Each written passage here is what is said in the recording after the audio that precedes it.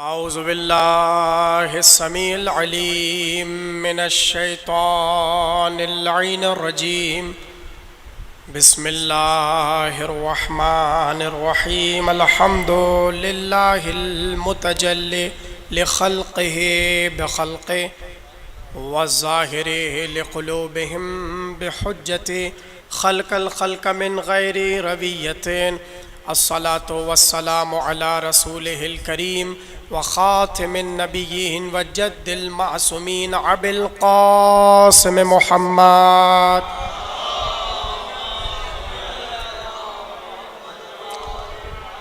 وآلہ الطیبین الطاہرین المعصومین الذین اذهب اللہ عنہم الرجس وطہرہم تطہیرا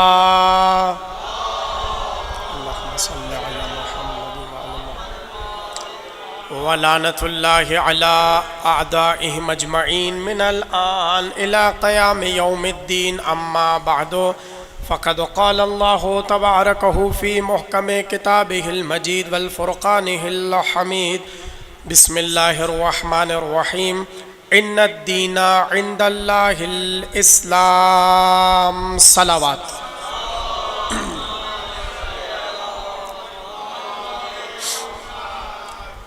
سلسلے کی تیسری اور آخری تقریر آپ حضرات امام بارگاہ کاظمین میں سماعت فرما رہے ہیں، اور ہم نے ان 3 روزہ مجالس کے لیے جس عنوان کو مقرر کیا وہ ہے عمل اور عقیدہ، اور مستقل ہم اس بات پر روشنی ڈال رہے ہیں کہ انسان ہزاروں قسم کے عمل اپنے ساتھ لے کر پھرتا رہے، لیکن اگر عمل بد عقیدگی میں ہو رہے ہوں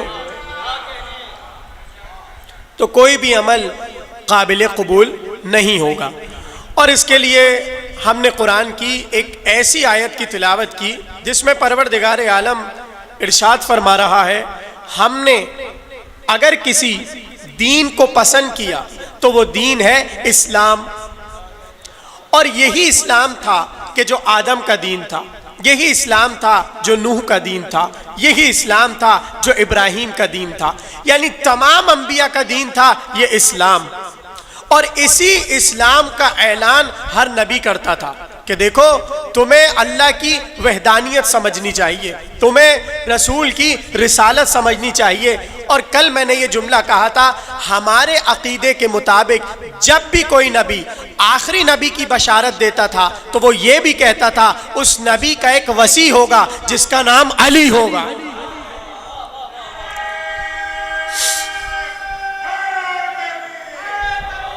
یا علی۔ تو اب اللہ کے نبی یہ دیکھ رہے تھے کہ گزشتہ اقوام، گزشتہ امتیں اس لیے اللہ کے ہاں قابل قبول نہیں ہوئی کیونکہ وہ افراط و تفرید کا شکار تھی۔ کوئی امت نبی کی کہتی تھی بس عمل بس عمل بس عمل، اور کوئی امت کہتی تھی بس عقیدہ بس عقیدہ بس عقیدہ۔ نبی نے کہا یہ بس بس کا نعرہ غدیر پہ بس کرو۔ اور اب ہم غدیر میں جب تمہیں حج کروا کے آ رہے ہیں اور ایک ایک چیز کا بتا رہے ہیں کہ نماز کیا ہے، روزہ کیا ہے، حج کیا ہے، زکوٰۃ کیا ہے، جب سارے اعمال بتا چکے تو بتا دیا پیغمبر نے نہیں ہوں گے اس وقت تک یہ اعمال قبول جب تک تم ولایت علی کے دامن کو تھامو گے نہیں، اور اگر تم نے تھام لیا تو تمہارا ایک ایک عمل قابل قبول ہوگا۔ تو اللہ نے اس دین کو پسند اس لیے کیا کیونکہ ہر نبی اس دین کے لیے وہ کام کر رہا تھا جو حکم الہی تھا۔ اللہ جو پیغام اپنے پیغمبروں تک، اپنے انبیاء تک پہنچاتا رہتا تھا، انبیاء ان پیغامات کو اپنی قوم کے حوالے کرتے رہتے تھے، اور بار بار یہ پوچھتے تھے کہ تم نے یہ عمل لے لیا اب عقیدہ بھی لے لو، عمل لے لیا اب عقیدہ بھی لے لو۔ اس لیے اللہ نے دین اسلام کو پسند کیا۔ تو پیغمبر کا کام یہ ہے کہ جہاں عمل بتائیں وہاں عقیدہ بھی بتائیں، تاکہ یہ عمل اور عقیدے دونوں میدان میں ساتھ ساتھ چلیں۔ تو اب سوال یہ پیدا ہوتا ہے، کیا عقیدے کا اعلان پیغمبر نے کیا یا عقیدہ پہلے بھی تھا؟ تو تقریر شروع ہو رہی ہے، اور اب ذرا آپ اپنی سماعتوں کو بیدار کر دیں۔ دیکھیے، عالم انسانیت جب پہلے مرحلے میں ہے اسے قرآن نے عالم زر کہا ہے، اور عجیب جملہ میں کہنے جا رہا ہوں کہ عالم زر میں پروردگار عالم نے عمل کی بات نہیں کی، عقیدے کی بات کی ہے۔ دیکھیں، ایک جملہ میں کہہ کے آگے بڑھ جاؤں، کوئی یہ نہ سمجھے کہ میں عقیدے ہی پہ بحث کر رہا ہوں تو میں عمل کا مخالف ہوں، نہیں، میں تو بار بار یہی کہہ رہا ہوں، عمل عقیدہ ساتھ ساتھ، عمل عقیدہ ساتھ ساتھ، ٹھیک ہے نا؟ تو یہ ذہنوں میں رکھیے گا۔ تو پروردگار عالم نے عالم زر میں جو سوال کیا وہ عمل کا نہیں کیا، عقیدے کا کیا۔ اور قرآن یہ کہتا ہے، آدم لیٹے ہوئے تھے، آدم کی صلب میں اللہ نے اولاد آدم کو ذرات کی صورت میں نکالا۔ اب ایک ذرہ کہیں سے نکلا، ایک ذرہ کہیں سے نکلا، ایک ذرہ کہیں سے نکلا۔ جب سارے ذرے آدم کی صلب سے نکلے تو ایک بار قرآن کہتا ہے، اللہ نے بڑھ کے کہا، الستو بربکم، کیا میں تمہارا رب نہیں ہوں؟ کیا میں تمہارا رب نہیں ہوں؟ فوراً سے قرآن کہتا ہے، قالوا بلا، سب نے کہا بلا، کیوں نہیں، تو ہمارا رب ہے۔ اور نسیم امروہوی کہتے ہیں، ایسے بلا بلا کر رہے تھے کہ حشر میں بلا کا شور تھا، ایسے ہر ذرہ بلا بلا بلا، یعنی کیوں نہیں کیوں نہیں کیوں نہیں، بلا کا شور تھا عالم زر میں۔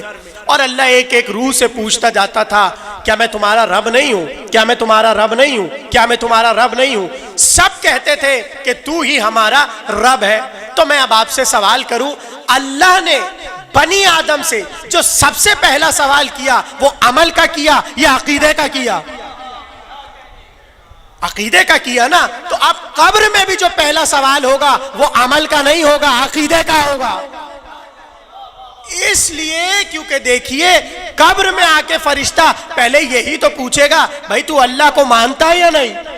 تو نبی کو مانتا ہے یا نہیں؟ تو کتاب کو مانتا ہے یا نہیں؟ تو امام کو مانتا ہے یا نہیں؟ اگر وہ پہلے ہی کہہ دے میں اللہ کو نہیں مانتا، اب فرشتے اس سے پوچھیں گے نمازیں پڑھی، روزے رکھے، نہیں، یعنی پہلا سوال اللہ کرے گا عقیدے کا، کہ بھائی بتاؤ کہ تمہارا رب کون ہے؟ تو قرآن کہتا ہے، قالوا بلا، سب نے مل کے کہا بلا، کیوں نہیں، تو میرا رب ہے، تو ہمارا رب ہے۔ اور پھر قرآن نے آگے بڑھ کے کہا کہ ہم نے جب ان سے عہد لے لیا اور ان سے پوچھ لیا کہ ہم تمہارے رب ہیں، اور سب نے اقرار کیا کہ تو ہمارا رب ہے، تو فوراً آیت بڑھ کے آگے کہتی ہے، ہم نے یہ عہد لیا ہی اس لیے ہے تاکہ حشر کے میدان میں یہ نہ کہہ سکے ہم تیری وحدانیت کو بھول گئے تھے۔ جملہ کہہ دوں، یعنی اللہ بعض اوقات عہد لیتا اس لیے ہے تاکہ کوئی یہ نہ کہہ سکے ہم بھول گئے تھے۔ اب میں اس بات سے ایک بات کو جوڑ رہا ہوں، کہتے ہیں جیسے غدیر کا میدان سجا اور رسول نے سب کو اکٹھا کیا تو فوراً سے جملہ کہا، الستم تزعمون انی مولا۔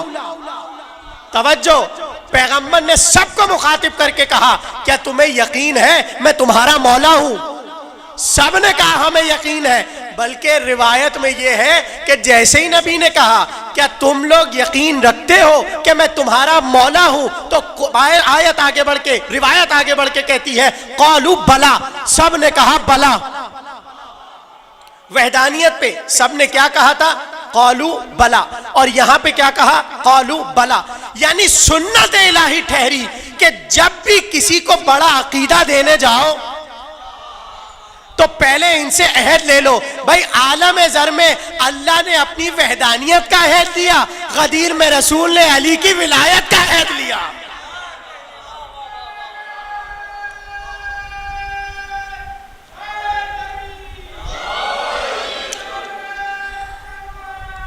اللہم صلی علی محمد وعلی محمد۔ توجہ کر رہے ہیں آپ؟ ایک بار بیدار صلوات بھیج دیں سب مل کے،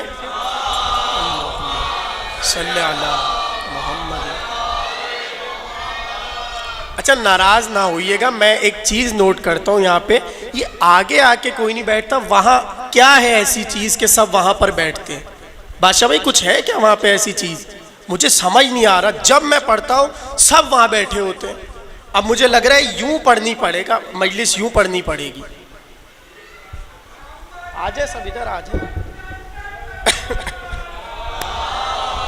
اللہم صلی علی، برا نہ مانیے گا بھائی، کوئی برا نہ مانے، مجلس کا ایک تقدس ہے، مجلس کا ایک ماحول ہے۔ اگر اس طریقے سے اب دیکھیں لگ رہا ہے کہ لوگ بیٹھے ہوئے ہیں، اب وہ باہر سے کوئی بھی گزر رہا ہوگا وہ کہے گا 3-4 لوگ بیٹھے تھے، اب اسے یہی نہیں پتا یہ سب بھرا پڑا ہے، یہ سب کچھ خالی ہے۔ تو ادھر آ کے بیٹھا کرے تاکہ باہر والے آپ کو دیکھ کے مجلس میں آئے۔ صلوات پڑھے محمد و آل محمد۔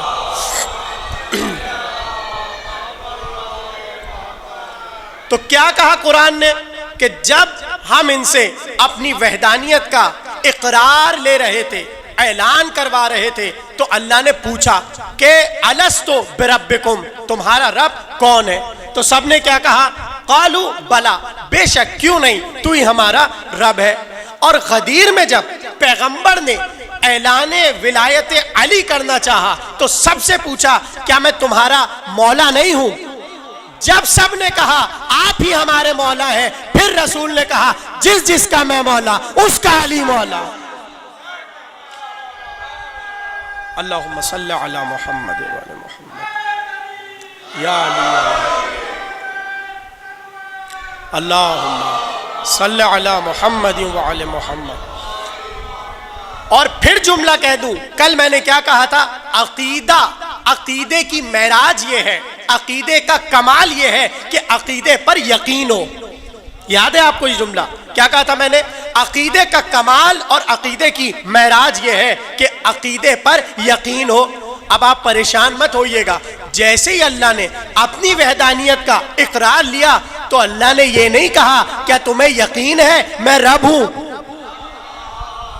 لیکن جب غدیر میں رسول اللہ نے اعلان ولایت کا اقرار لینا چاہا تو پہلے پوچھا کیا تمہیں یقین ہے میں مولا ہوں؟ یعنی رسول اللہ سب کو ایمان کی اس منزل پہ لانا چاہتے تھے کہ کوئی انکار نہ کر سکے۔ تو جملہ آیت کا کیا ہے؟ ہم ان سے اقرار اس لیے لے رہے ہیں تاکہ کل کوئی یہ مکر نہ سکے کہ ہم نے سنا ہی نہیں۔ تو نبی بھی اقرار اس لیے لے رہے ہیں تاکہ کل کو کوئی یہ نہ کہے ہم نے سنا ہی نہیں۔ جب شور بلا بلند ہوا پھر رسول نے کہا من کنت مولا فہذا علی مولا، یعنی اللہ کے نبی نے اپنی جانب سے نہیں اللہ کی جانب سے اللہ کا ولی نامزد کر دیا۔ تو اب اس بلا کے بعد کوئی بھی آئے وہ دوسری بلا ہو سکتی ہے، وہ کوئی دوسری بلا ہو سکتی ہے مگر اللہ کا ولی نہیں ہو سکتا۔ تو اقرار اس طرح لیا۔ اور پھر اس آیت کے ذیل میں ائمہ کہتے ہیں جب بنی آدم کو ذرات کی صورت میں نکال کے عقیدے کے متعلق اللہ نے سوال کیا تو صرف یہ نہیں کہا کہ تمہارا رب کون ہے۔ جب سب نے کہہ دیا قالوا بلا، تو ہی ہمارا رب ہے، تو تھوڑی دیر بعد حکم الہی سے اللہ نے کہا اے محمد حاضر ہو جاؤ۔ جیسے ہی رسول اللہ آئے اللہ نے پھر مخلوق کو مخاطب کیا اور کہا اسے دیکھو، اسے دیکھو۔ سارے ذرات چہرہ مصطفیٰ کو دیکھنے لگے اور جیسے ہی دیکھا تو پھر اللہ نے کہا یہ تمہارا رسول ہوگا، تمہارا نبی ہوگا، ہمارا رسول ہوگا۔ اب سب اقرار کرو۔ تو پھر امام کہتے ہیں سب نے کہا ہم اقرار کرتے ہیں یہ ہمارا نبی ہوگا۔ اللہ نے وحدانیت کا اعلان لیا، رسول کی رسالت کا اعلان لیا۔ کہتے تھوڑی دیر بعد اللہ نے کہا ٹھہرو، ابھی کامل نہیں ہوئی نشست، ٹھہرو۔ سب ٹھہرے کہ اب کیا ہوگا؟ کہ ایک بار حکم ہوا علی اب تم آ جاؤ، اے علی اب تم آ جاؤ۔ جیسے ہی نور علوی عالم زر میں آیا تو اللہ نے دیکھا کہ ساری روحیں خاموش کھڑی تھی، چپ کھڑی تھی، تو اللہ چاہتا تھا یہ چہرہ علی دیکھ کے عبادت کرے۔ فوراً سے علی کو بشری پیکر میں ڈھال کے اللہ نے سب کو مخاطب کر کے کہا اسے دیکھو۔ اب مولا فرماتے ہیں جیسے ہی ہم نے دیکھا تھوڑے ذرات یہاں جانے لگے، تھوڑے ذرات وہاں جانے لگے۔ جو یہاں آنے لگے وہ نور والے ہو گئے، جو وہاں جانے لگے آگ والے ہو گئے، اور جو نور کی طرف آئے وہ آج بھی نورانی بنے یہاں بیٹھے ہیں، اور جو ناری ہوئے تو اب کیا ہوا؟ اعلان ہو گیا وحدانیت کا اقرار، رسالت کا اقرار، ولایت کا اقرار، یعنی عقیدے کا مسلسل پروردگار عالم اقرار لے رہا ہے۔ اور میں جملہ کہہ دوں آپ کو مزید بیدار کرنے کے لیے، بھائی دیکھیے بہت سی مخلوقات ایسی ہیں کہ جن پہ اللہ نے فقط عقیدے کو پیش کیا، اس لیے کیونکہ وہ عمل کر نہیں سکتے۔ اب بھائی یہ میں نے مثال کے طور پہ یہ کڑا پہنا ہوا ہے، یہ بدعت نہیں ہے، یہ سورہ رحمان والا کڑا ہے، اللہ پہنائے گا نا تو ہم پریکٹس کر رہے ہیں ابھی سے پہننے کی، تاکہ جب جنت میں یہ کڑے پہنائے جائیں تو ہم یہ نہ کہیں ہٹاؤ بدعت ہے، تو ہم ابھی سے یہ پہن کے پریکٹس کر رہے ہیں۔ تو اب پھر جملہ آ رہا ہے، اتنی محبت سے آپ سن رہے ہیں، تو یہ عمل تو نہیں کر رہا نا، یہ عمل تو نہیں کر رہا، ایسا تو نہیں ہے یہ کہ میری کلائی میں یہ نماز پڑھ رہا ہو، یا میری کلائی میں یہ روزہ رکھا ہوا ہو، یا زکوٰۃ دے رہا ہو، وہ تو علی کی انگوٹھی تھی جس کا تعلق ایسا تھا کہ علی اشارہ کرے تو وہ سمجھ جائے اب جانا ہے، اس لیے کیونکہ وہ معصوم کے بدن سے مس ہو گئی، تو اب اس میں یہ قوت آ گئی۔ اب میں تو دیکھیے خاکی بشر، تو میرے تو یہ انگوٹھیاں وغیرہ وہ سب کچھ نہیں کر سکتی، لیکن جملہ میں یہ کہہ رہا ہوں بہت سی چیزیں ایسی ہیں، مخلوق ایسی ہیں کہ جن پہ اللہ نے عقیدے کو پیش کیا، عمل کو پیش نہیں کیا۔ پتھر نماز نہیں پڑھتے، پھل زکوٰۃ نہیں دیتے، پانی روزہ نہیں رکھتا، ایسا ہی ہے نا۔ تو اللہ نے جن مخلوقات پہ عمل کو نہیں رکھا، عقیدے پہ ان کو بھی رکھا۔ اب جو پہنچ گئے وہ پہنچ گئے، جو نہیں پہنچے میں سمجھا دوں۔ دیکھیے پتھر کو اللہ نے یہ نہیں کہا نماز پڑھو، پانی کو اللہ نے یہ نہیں کہا زکوٰۃ دو، مگر کہتے یہ ہے امام علی رضا کہ جب پروردگار عالم نے غدیر سے پہلے اقرار ولایت لیا، پتھر کے سامنے بھی علی کو رکھا، پانی کے سامنے بھی علی کو رکھا، پھل کے سامنے بھی علی کو رکھا، پھول کے سامنے بھی علی کو رکھا۔ جس پتھر نے علی کا اقرار کیا وہ عقیق ہو گیا۔ عمل اور عقیدہ، یا علی یا علی یا علی۔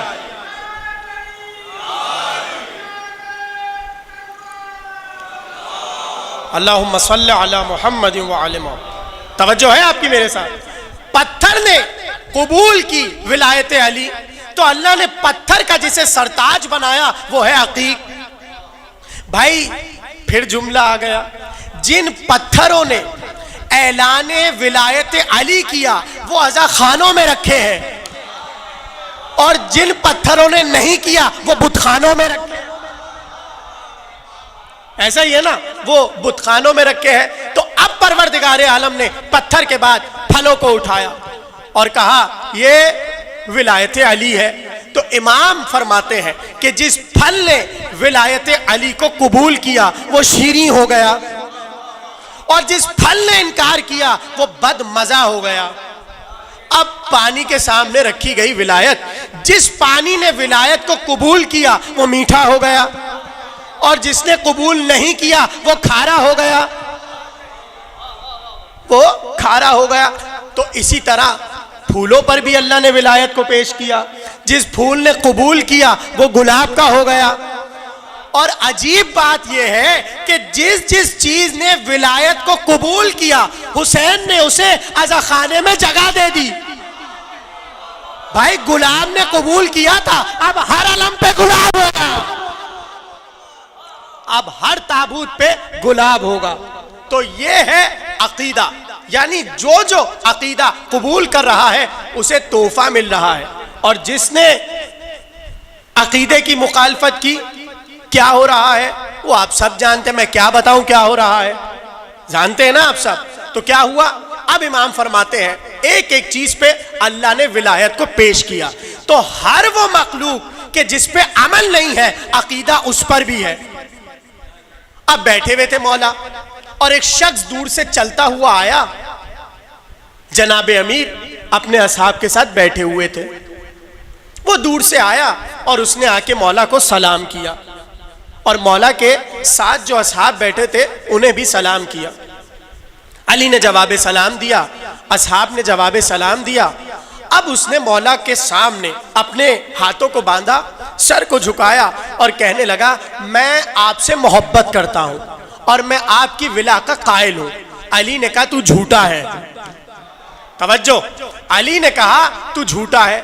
اس نے کہا نہیں, میں خدا کی قسم کھا کے کہتا ہوں میں آپ سے محبت کرتا ہوں اور آپ کی ولا کا قائل ہوں. علی نے کہا تو جھوٹا ہے. وہ بار بار کہتا رہا میں آپ کی ولا کا قائل ہوں. علی نے کہا جھوٹا, علی نے کہا جھوٹا, علی نے کہا جھوٹا. یعنی بہت سے لوگ آج بھی ہیں جو بظاہر کہتے ہیں ہم ولایت کے قائل ہیں, مہدی کو آنے دو تمہیں جھوٹا ثابت کر کے رہیں گے. آ جائیں امام, آ جائیں امام, تمہیں جھوٹا ثابت کر کے رہیں گے.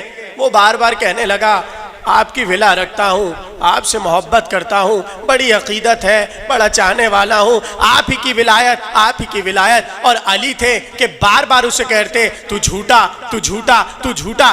ایک بار اصحاب پریشان ہوئے اور پریشان ہو کر کہنے لگے مولا اتنی آپ کی ولایت کا دم بھر رہا ہے, آپ بار بار اسے جھوٹا کہہ رہے ہیں. اب جملہ سنیے گا, بڑا خطرناک جملہ ہے. مولا بار بار آپ کی ولایت کا دم بھر رہا ہے اور آپ جھوٹا کہہ رہے ہیں, بتائیے تو وجہ کیا ہے؟ علی نے مسکرا کر کہا جب پروردگار عالم نے عالم ذر میں مجھے پیش کیا اور میں نے دیکھا کہ کون کون میری ولایت کا اقرار کر رہا ہے, اقرار کرنے کے بعد جو نور کی طرف آئے اس نور میں مجھے یہ نظر نہیں آیا.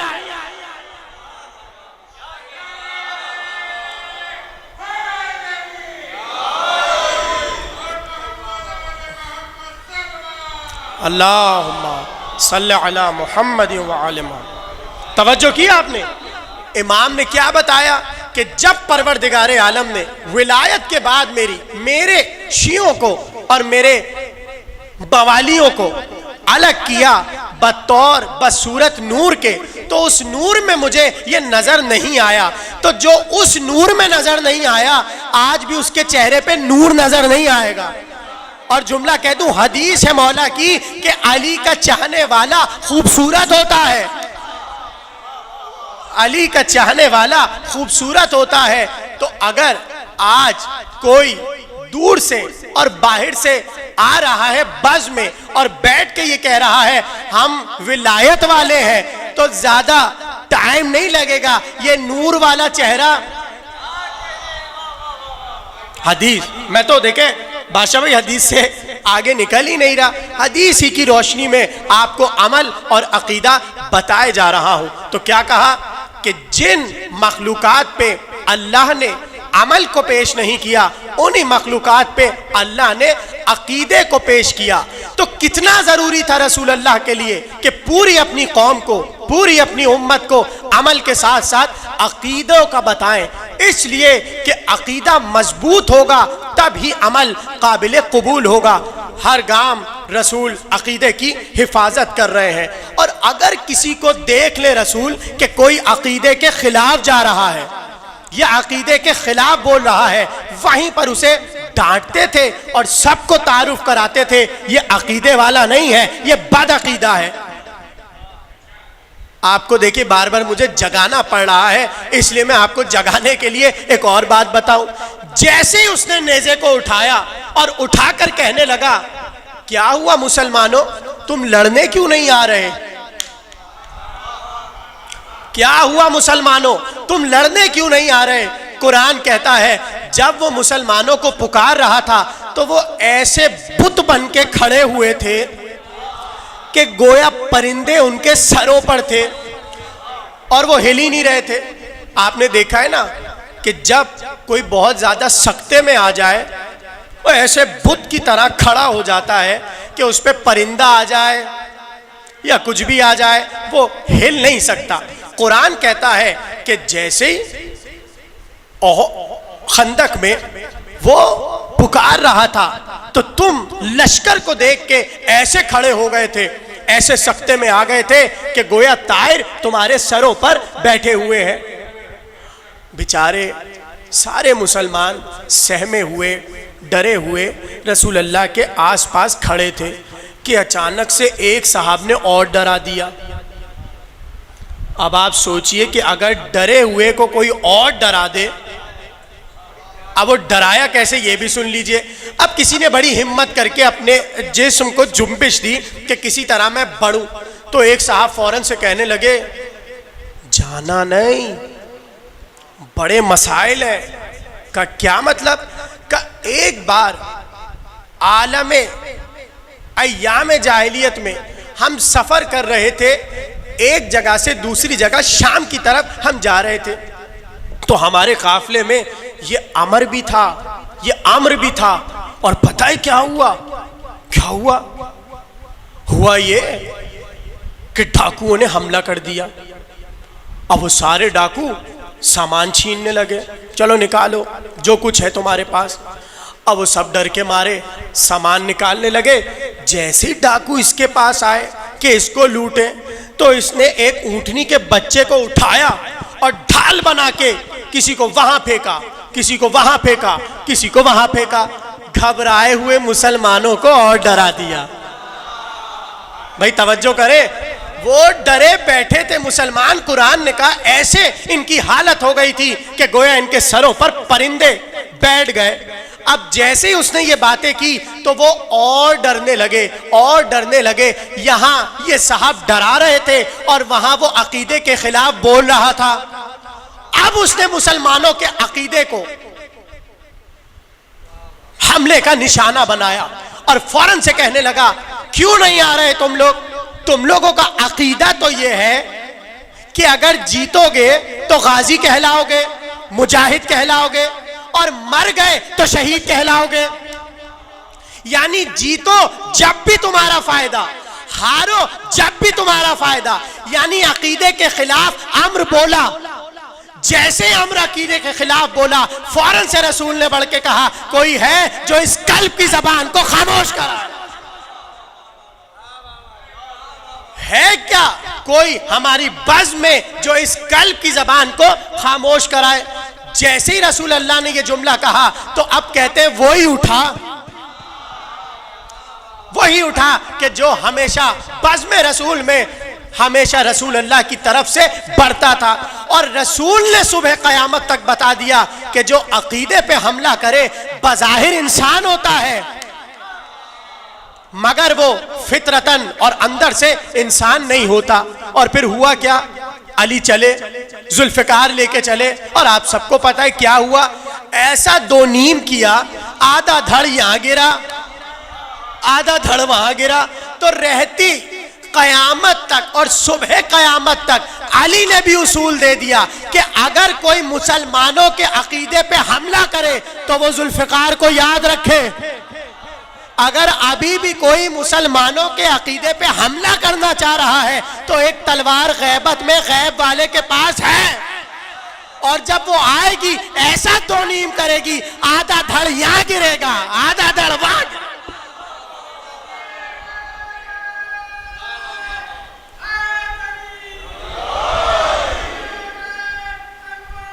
اللہم صلی علی محمد وعلی محمد۔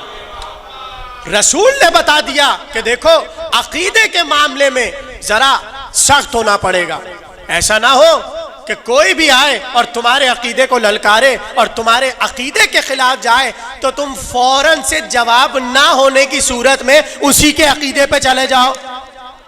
تو بھائی الحمدللہ یہ جو بزم حسینی پہلی محرم سے سجتی ہے، ہمارے علماء بچوں کو اتنا عقیدے والا بنا دیتے ہیں کہ جہاں کوئی بد عقیدہ آتا ہے ہمارے بچے بیٹھتے نہیں ہیں، ان کی باتیں سنتے نہیں ہیں، اور ایک ایک بچہ اس بزم میں بیٹھنے والا، آپ تو اسے بچہ سمجھ رہے ہوتے ہیں مگر وہ وہاں کے بڈھوں پہ بھاری ہوتا ہے۔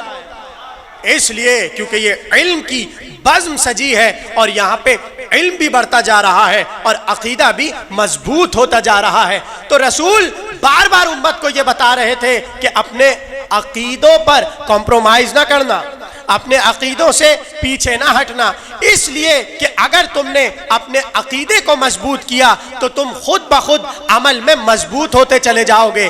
جملہ کہہ دوں اپنی بات کو سمجھانے کے لیے، یہ کیسے ہو سکتا ہے کہ کوئی عقیدے کی معراج پہ جا کے خدا سے محبت کرے اور وہ نماز کا منکر ہو جائے؟ دیکھیے کیسے کیسے عقیدے میں مضبوط ہوئے، عمل میں خود بخود مضبوط ہو جاؤ گے. تو ممبروں سے اگر اچھا عقیدہ پڑھا جانے لگا تو اچھے عمل خود بخود انسان حاصل کرتا جائے گا، بڑھتا چلا جائے گا اور وہ پیچھے مڑ کے نہیں دیکھے گا، بس آگے بڑھتا چلا جائے گا. اس لیے کیونکہ یہ دین کیا ہے، دین ہی پہ گفتگو ہو رہی ہے نا، دین ہی کے یہ حصے ہیں عقیدہ اور عمل. تو کسی نے آ کر پوچھا مولا ذرا یہ تو بتائیے کہ دین میں محبت ہے؟ سوال دیکھیے، اس نے آ کے پوچھا یہ بتائیے کیا دین میں محبت ہے؟ امام نے کہا دین سوا محبت کے ہے کیا؟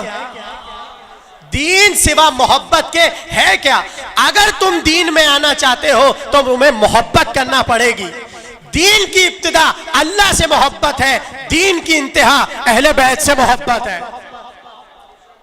اس لیے کہ جب وہ آئے اور آ کر انہوں نے کہا نماز بھی دے دی، روزہ بھی دے دیا، اللہ کا بھی بتا دیا، عدل کا بھی بتا دیا، کتنی پیاری پیاری چیزیں یا رسول اللہ آپ نے ہم بت پرستوں کو دے دی، تو آپ اگر اس کے بدلے کچھ چاہتے ہیں تو بتائیے.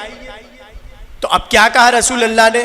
تم اگر اس کا اجر دینا چاہتے ہو تو محبت دو، اس کا اگر تم اجر دینا چاہتے ہو تو مودت دو. تو وہ یہ سمجھ رہے تھے کہ محبت اور مودت اپنے والوں سے کرنی ہے. رسول اللہ نے کہا اپنے والوں سے نہیں، میرے والوں سے کرنی ہے. اور پھر تعارف کرایا ممبر پہ آ کے. یہی تو میں پہلے روز سے عرض کر رہا ہوں، عمل کے ساتھ ساتھ عقیدہ بتاتے رہے. اور رسول نے حسن کو عقیدہ بنایا، حسین کو عقیدہ بنایا، علی کو عقیدہ بنایا. اور دین کا جب اختتام ہوا تو اللہ کے نبی نے امامت کے عقیدے کو نافذ کر کے دین خدا کو مکمل کر دیا. تو جب تک امامت نہ تھی دین مکمل نہ تھا، جیسے ہی امامت آئی دین مکمل ہو گیا. تو اب جب قبر میں جائیں گے تو جہاں سوال نبوت کا ہوگا، سوال وحدانیت کا ہوگا، وہیں پہ سوال امامت کا ہوگا. لیجئے تقریر تمام ہو گئی. ایک واقعہ جو میں ضروری سمجھ رہا ہوں عمل کے ساتھ ساتھ عقیدے کو مضبوط کرنے کے لیے، وہ میں سنانا چاہتا ہوں اگر آپ کی اجازت ہو. اور حدیث کل میں نے کیا پڑھی تھی؟ فرمایا مولا نے کہ مومن کی قبر میں بھی آتے ہیں اور منافق کی بھی آتے ہیں. آتے کیوں ہیں؟ تاکہ مومن کو آ کے مبارکباد دیں. اور منافق کی کیوں آتے ہیں؟ اس لیے آتے ہیں کہ اسے اٹھا کے کہیں بلاؤ نا انہیں جنہیں امام مانتے تھے. تو وہ غیر شیعہ گھرانے کی تھی، مگر جیسی بغداد کے لیے قافلہ جانے لگا تو وہ بھی شیعوں کے قافلے میں ہو گئی. اب سید مرتضیٰ، سید رضی کے بھائی جنہوں نے نہج البلاغہ مرتب کی ہے، ان کو کسی نے آ کے بتایا کہ ہمارے قافلے میں وہ لڑکی بیٹھی ہے. کہا کون سی لڑکی؟ کہا وہی جو بظاہر تو 18 برس کی ہے مگر بال اس کے سفید ہو گئے، چہرے پہ اس کے جھریاں آ گئی، بھویں اس کے ابرو لٹک گئے اور آنکھوں کی بینائی ہلکی ہو گئی. کہا ہاں اس لڑکی کے بارے میں سنا تو ہم نے بہت ہے، ہم اس سے گفتگو کرنا چاہتے ہیں. پردے کو آویزہ کیا گیا. ایک طرف سید مرتضیٰ بیٹھے، ایک طرف وہ لڑکی بیٹھی. ذہنوں میں رہے 18 برس کی لڑکی ہے مگر ضعیفہ ہے. اب سید مرتضیٰ نے پوچھا کہ تم تو عمر میں جوان ہو مگر یہ تمہارا حال کیا ہو گیا؟ یہ بزرگی کیسی ہے؟ یہ بڑھاپا کیسا ہے؟ اب کہتے ہیں وہ لڑکی چیخی اور ایک بار رونے لگی. سید مرتضیٰ نے کہا رو نہیں، ہمیں یہ بتاؤ کہ یہ سب ہوا کیسے. اب سنیے گا. وہ عورت کہتی ہے اے سید، میں اور میرا بھائی ہم غیر شیعہ مسلک سے تعلق رکھتے تھے، اور میرے بھائی اور مجھ میں بڑی محبت تھی، ساتھ رہتے تھے، ساتھ کھاتے تھے، ساتھ کھیلتے تھے، یہاں جانا وہاں جانا، ہر کام ساتھ ساتھ ہوتا تھا، یہاں تک کہ میرا بھائی بیمار ہو گیا۔ جب وہ بیمار ہوا، بڑے بڑے اطباء کو دکھایا، بڑے بڑے طبیبوں کو دکھایا، حکماء کو دکھایا، سب نے کہا اس کے بچنے کی کوئی امید نہیں ہے، مگر میں احساس پہ زندہ تھی کہ بھائی سلامت تو ہے، بھلے بستر سے لگا ہوا ہے مگر سلامت ہے۔ یہاں تک کہ ایک دن میں نے صبح اٹھ کے دیکھا میرا بھائی مر گیا۔ اب جیسی میں نے اس کی میت دیکھی تو میں رونے لگی، اور رو رو کے اپنے آپ سے کہنے لگی بھائی کو قبر کے حوالے کر دیا جائے گا، میں رہوں گی کیسے؟ غسل ہوا، کفن ہوا، اور اس کے جنازے کو اٹھا کے لے جانے لگے۔ اب جیسے ہی لے جانے لگے تو میں نے سوچا کیوں نہ میں بھی بھائی کے جنازے کے پیچھے پیچھے جاؤں، اور جب بھائی کو قبر کے حوالے کر کے سب چلے جائیں تو میں برابر ہی میں قبر کھدوا کے اس میں کھڑکی لگوا کے روز اپنے بھائی کو دیکھوں۔ بڑا اہتمام کیا اس نے، اور وہ کہتی ہے جب دفن کر کے میرے بھائی کو سب اپنے اپنے گھروں کو لوٹ گئے، میں نے گورکن کو بلایا اور کہا قبر کھود، اور قبر میں بھائی کے برابر کی قبر کھود اور اس قبر میں کھڑکی بنا دے، تاکہ جب میں بھائی کو دیکھنا چاہوں کھڑکی کھولوں، بھائی کو دیکھوں، واپس قبر میں آ جاؤں۔ یہ سارا کچھ ہو گیا۔ اب وہ کہتی ہے سید، جیسے ہی رات آئی میں اپنے بھائی کے چہرے کو دیکھ رہی تھی، دیکھتے دیکھتے میں نے دیکھا ایک بار قبر ہلنے لگی۔ جیسی قبر ہلی میں گھبرائی، یہ کیا ہو رہا ہے؟ تھوڑی دیر بعد میں نے دیکھا کہ قبر میں دو بڑے بڑے ہیولے آئے، جن کی آنکھوں سے خون نکل رہا تھا، دانت ان کے بہت بڑے بڑے تھے، اور ہاتھوں میں بڑے بڑے نیزے تھے، اور وہ میرے بھائی کو دیکھتے جا رہے تھے۔ میں خاموشی سے کھڑی کھڑکی سے یہ سارے مناظر دیکھ رہی تھی کہ اچانک سے ہیولوں نے پوچھا بتا تیرا رب کون ہے؟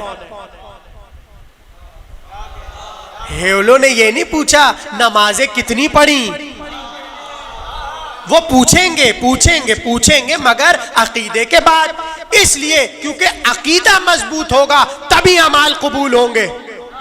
موضوع ذہنوں میں رکھیے گا۔ ایک بار ہیولوں نے پوچھا بتا تیرا رب کون ہے؟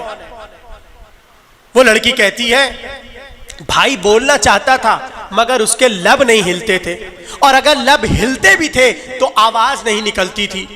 اب میں گھبرائی ہوئی تھی، بھیا جواب دو، مگر میری بھی زبان میں گویا تالے پڑ گئے تھے، اور کوئی حرف لفظ میری زبان سے نہیں نکل رہا تھا، اور وہ بار بار کہہ رہے تھے بتا تیرا رب کون، بتا تیرا رب کون، بتا تیرا رب کون۔ اچانک سے میں نے دیکھا قبر میں ایک روشنی ہوئی، نور پھیلنے لگا، اور اس نور کے پھیلتے پھیلتے قبر میں ایک کرسی آئی، اور اس کرسی پر ایک نورانی بزرگ آیا۔ جیسے وہ بزرگ آیا ہیولوں نے اسے دیکھ کے ادب سے سلام کیا۔ سلام کے بعد دوبارہ ہیولوں نے پوچھا بتا تیرا رب کون ہے؟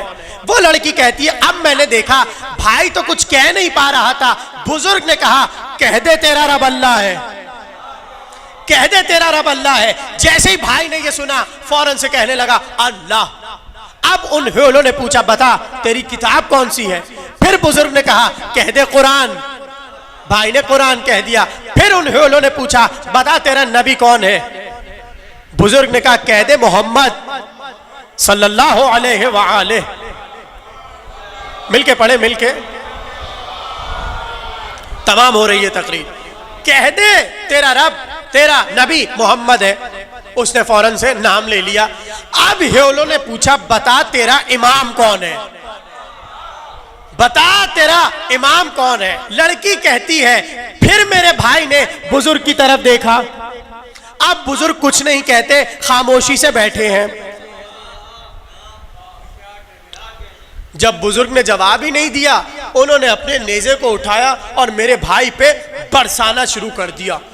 ایسا عذاب میرے بھائی کو ملا کہ میں دیکھ نہ سکی اور وہیں غش کھا کے گر گئی۔ تھوڑی دیر بعد میری پھر آنکھ کھلی، مجھے بھائی کا خیال آیا اور میں کھڑکی سے بھائی کی قبر کی طرف بڑھی۔ جیسے ہی بڑھی میں نے دیکھا وہی منظر پہلے والا دوبارہ دہرایا گیا، وہی بزرگ آیا، ویسی حولے آئے، وہی سوالات ہوئے، اور جیسے ہی سوال امامت ہوتا بھائی بزرگ کو دیکھتا رہتا، وہ کوئی جواب نہیں دیتا، اور جواب نہ ملنے پر نیزے اٹھتے اور وہ بھائی پر عذاب شروع کر دیتے، یہاں تک کہ 3 بار یہ واقعہ اول سے آخر تک ہوتا گیا۔ جب چوتھی بار یہ واقعہ ہونے لگا میں نے دوبارہ قبر میں دیکھا، اللہ کا پوچھا بزرگ نے بتا دیا، نبی کا پوچھا بزرگ نے بتا دیا، کتاب کا پوچھا بزرگ نے بتا دیا۔ یہ امامت پہ آ کے بزرگ خاموش ہو جاتے ہیں۔ اب مجھ سے رہا نہ گیا، ایک بار میں نے کرسی کی طرف اپنے کو بڑھایا اور بزرگ کے قدموں کو پکڑ کے کہنے لگی، اللہ کا بتاتے ہو، نبی کا بتاتے ہو، کتاب کا بتاتے ہو، امام کا کیوں نہیں بتاتے؟ بزرگ نے کہا تیرا بھائی اللہ کو مانتا تھا، میں نے بتا دیا، نبی کو مانتا تھا میں نے بتا دیا، کتاب کو مانتا تھا میں نے بتا دیا، اگر مجھے علی کی امامت کو مانتا میں بتا دیتا۔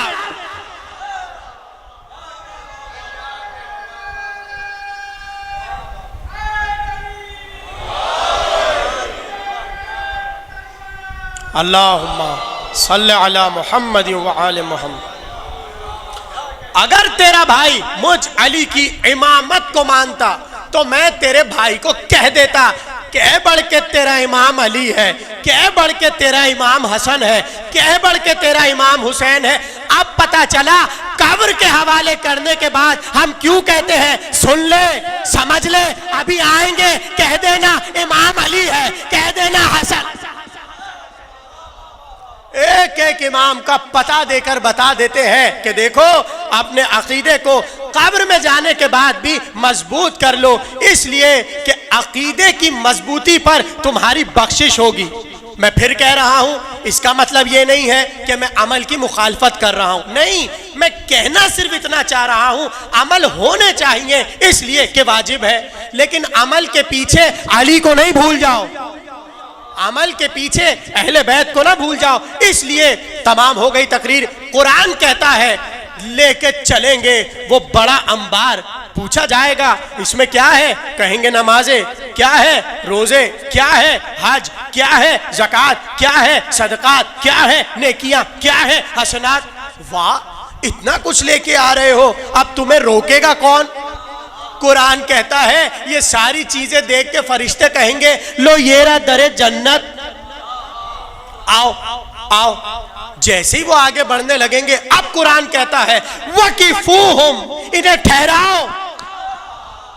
فرشتوں نے اعمال دیکھ کر کہا انہیں جانے دو، قرآن کہتا ہے وَقِفُوهُمْ، انہیں ٹھہراؤ، اِنَّهُمْ مَسْئُولُونَ، ان سے ایک سوال باقی ہے، انہیں ٹھہراؤ، ان سے ایک سوال باقی ہے۔ پوچھا گیا معصوم سے مولا اس کے بعد بھی کون سا سوال ہوگا؟ کہا ولایت علی کا سوال۔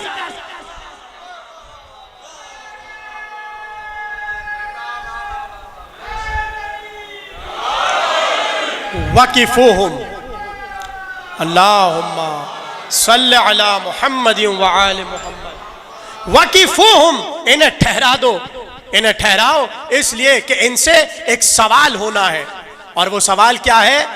سوال ولایت علی۔ تو یہ تقریر اپنے والوں کے لیے بھی ہے، ان والوں کے لیے بھی ہے، اس لیے کہ دیکھیے عمل تو وہاں بھی ہو رہے ہیں نا، یہاں سے زیادہ ہی ہو رہے ہیں، لیکن کیا معیار قبولیت عمل محمد و آل محمد کی معرفت ہے۔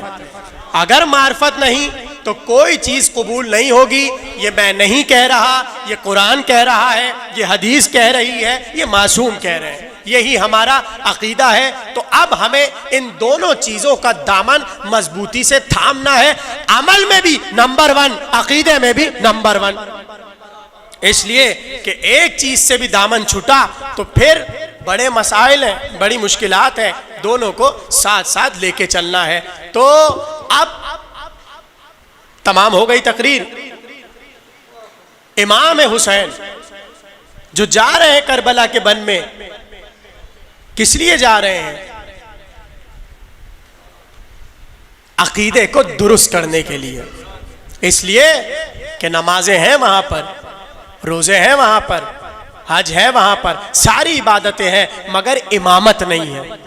اور اگر امامت نہیں ہے تو پھر جو معیار قبولیت اعمال ہے وہی نہیں ہے، تو پھر اعمال کیا حیثیت رکھتے ہیں اور کیا حقیقت رکھتے ہیں؟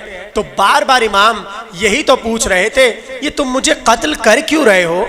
کیا میں نے تمہاری نماز میں تبدیلی کر دی؟ کیا میں نے تمہاری شریعت کا مذاق اڑا دیا؟ کیا میں شریعت محمد سے پیچھے ہٹ گیا جو تم میرے قتل پر آمادہ ہو گئے؟ بار بار یہ سوال کرتے تھے، کیا میں نے نماز کے خلاف کچھ کہہ دیا؟ کیا میں روزے کا منکر ہوں؟ یہ جملے ہیں امام حسین کے، اس پہ آپ حیرت کیجئے۔ امام ان سے پوچھ رہے ہیں کیا میں نے تمہاری شریعت کو بدل دیا؟ تو پڑھ کے ایک ہی جملہ فوراً سے عمر سعد نے کہا نہیں، نہ نماز میں تم نے تبدیلی کی، نہ روزے کے تم خلاف ہو، نہ حج زکوٰۃ کے خلاف تم نے کہا، یہ جو بغض ہے یہ بغض تمہارے باپ کا ہے، یہ بغض اے حسین تمہارے باپ کا بغض ہے، اور اسی بغض کو لیے ہم تمہیں قتل کر دیں گے۔ بہت قیامت کا جملہ کہنے جا رہا ہوں، مجھے معاف کیجئے گا۔ کہتے ہیں شمر سے کسی نے ایک بات پوچھی، ایک سوال کیا، اور سوال سنے اور پھر جواب پہ آپ کے کلیجے پھٹ کے رہ جائیں گے۔ شمر سے کسی نے پوچھا تو نے کتنی بے دردی سے زہرا کے لال پہ خنجر چلا دیا، کتنی مظلومیت سے تو نے حسین ابن علی کو مار دیا، یہ بتا کیا تجھے کبھی تنہائی میں بیٹھ کے افسوس ہوتا ہے میں نے کیا گناہ کر دیا؟ کیا تو بیٹھ کے کبھی سوچتا ہے تو نے کیا آل محمد کے ساتھ کر دیا؟ معاف کیجئے گا سخت جملہ ہے۔ کہتے ہیں اس ملعون نے، اس بد نسب نے کہا اگر مجھے 100 بار بھی موقع ملے میں اس سے زیادہ بے دردی سے حسین کو ذبح کروں گا۔ اور یہ جیسے ہی اس نے کہا اذان ہو گئی، اٹھنے لگا، تو جیسے ہی جانے لگا اس نے کہا کہاں جا رہا ہے؟ کہا سنا نہیں اذان ہو رہی ہے، اب میں نماز پڑھنے جا رہا ہوں۔ عمل تھا، عقیدہ نہیں تھا۔ اس لیے اہل بیت نے چاہا ہمارے چاہنے والے عمل کا دامن بھی تھامے، عقیدے کا دامن بھی تھامے۔ لو تقریر تمام ہو گئی۔ ام لیلہ کہتی ہیں جیسے ہی ایک بار حکم ہوا کہ اہل حرم کو وہاں سے گزارا جائے جہاں ان کے پیاروں کے لاشیں ہیں، ہمارے ہاتھ پسے پشت گردن بندھے ہوئے تھے اور ہمیں اس مقام سے گزارا جانے لگا جہاں ہمارے پیاروں کے لاشیں تھے۔ بہت روئیں گے آپ، میرے سامنے جوان بیٹھے ہیں۔ قیامت کا جملہ ہے، کہتے ہیں ایک بار ام لیلہ نے دیکھا شمر کے ہاتھ میں علی اکبر کا سر ہے، اور علی اکبر کے سر میں، علی اکبر کے چہرے پہ خون کے نشان تھے، خون کے نشان تھے۔ ام لیلہ نے اپنی آنکھوں سے یہ عجیب منظر دیکھا کہ ایک بار شمر نے کہا علی اکبر کے چہرے پہ بہت زیادہ خون ہے، اس خون کو صاف کرنا پڑے گا۔ یہ کہہ کے اس نے ایک بار سر علی اکبر کو فرات میں رکھا نہیں، پھینکا۔ ماں اپنی آنکھوں سے یہ منظر دیکھ رہی تھی۔ ایک بار ام لیلہ نے حضرت زینب کو دیکھ کر کہا اے بی بی میں بھی اپنے ہاتھوں سے علی اکبر کا چہرہ دھلاتی تھی، میں بھی اپنے ہاتھوں سے علی اکبر کا چہرہ دھلاتی تھی، مگر میں نے کبھی ایسے چہرہ نہ دھلایا۔ اللہ اکبر، اللہ اکبر۔ سر علی اکبر کو نیزے پر بلند کیا گیا اور ایک بار چلا یہ قافلہ۔ آگے آگے سر تھا، پیچھے پیچھے پھپھیاں تھی، پیچھے پیچھے ماں تھی، پیچھے پیچھے بہنیں تھی۔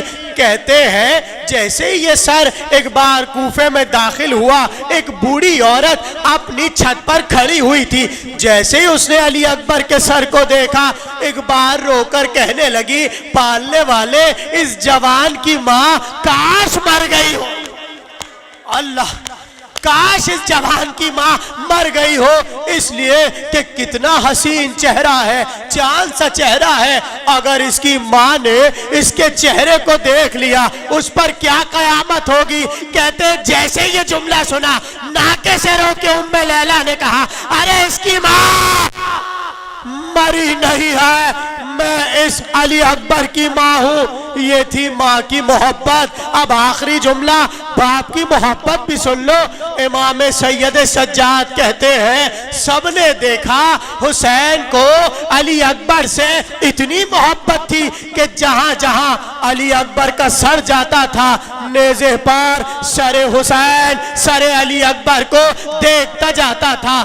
لوگوں نے کہا آگے کا جو قافلہ ہے، آگے کی جو بستی ہے، وہاں اہل بیت کے چاہنے والے ہیں، اب ایک کام کرنا پڑے گا، سروں کو اتارنا پڑے گا اور صندوقوں میں بند کر دینا پڑے گا۔ یہ کہہ کے سارے سروں کو اتارا گیا، صندوقوں میں سروں کو رکھ دیا گیا۔ جیسے ہی بستی سے گزریں گے سروں کو نکال لیں گے۔ اللہ اکبر کہتے ہیں تھوڑی دیر بعد جیسے ہی سروں کو نکالا جانے لگا، عباس کا سر نکلا، اون کا سر نکلا، محمد کا سر نکلا، قاسم کا سر نکلا، سب کے سر نکال چکے تو ایک بار اس صندوق کے پاس آئے جس صندوق میں حسین کا سر تھا۔ اب جو صندوق کو کھولا گیا وہاں حسین کا سر نہ ملا۔ شمر نے تازیانہ اٹھایا، سید سجاد کے پاس آیا، کہا تمہارے بابا کا سر نہیں ملتا، تازیانہ لگنا تھا۔ رو کر کہا مجھے تازیانہ نہ مارو، اس صندوق کو کھولو جس صندوق میں علی اکبر کا سر۔ آخری جملہ جیسے ہی شمر اس صندوق کی طرف بڑھا جس صندوق میں سر علی اکبر تھا، ارے جیسے ہی کھولا حسین کا سر علی اکبر کے سر پہ تھا۔ رو کر کہتے